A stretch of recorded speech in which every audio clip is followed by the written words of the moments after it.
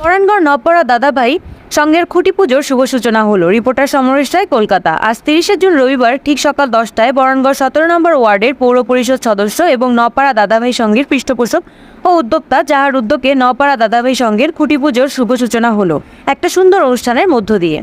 এবারে নবপাড়া দাদাভাই সংঘ 21তম বর্ষে পদার্পণ করল দুর্গোৎসবে। এই অনুষ্ঠানে উপস্থিত ছিলেন অভিনেতা অভিনেত্রী থেকে শুরু করে বিধায়ক, সংসদ এবং বরানগড় পৌরসভার কাউন্সিলর ও অন্যান্য সদস্যগণ। খুঁটি পূজার শুভ অনুষ্ঠানে উপস্থিত ছিলেন বরানগড় নববিধায়িকা সায়ন্তিকা ব্যানার্জি, দমদম লোকসভার সাংসদ তাপস রায়, বিধায়ক সোহম চক্রবর্তী, বরানগড় পৌরসভার পৌরমাতা অর্পণা মৌলিক, পৌরপিতা দিলীপ নারায়ণ বসু।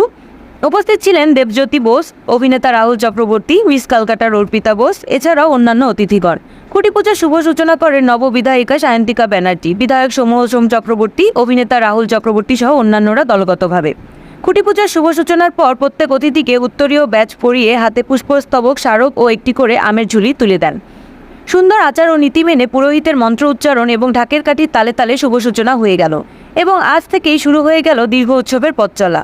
সংক্ষিপ্ত বক্তব্যের মধ্য দিয়ে একে একে অতিথিরা বলেন, নবপাড়া দাদাভাই সংঘ দেখতে দেখতে 10তম পদার্পণ করে 11তম বর্ষে পড়ল। বহু সম্মানে সম্মানিত নবপাড়া দাদাভাই সংঘ একের পর এক ছিনিয়ে নিয়েছে পুরস্কারের ডালি।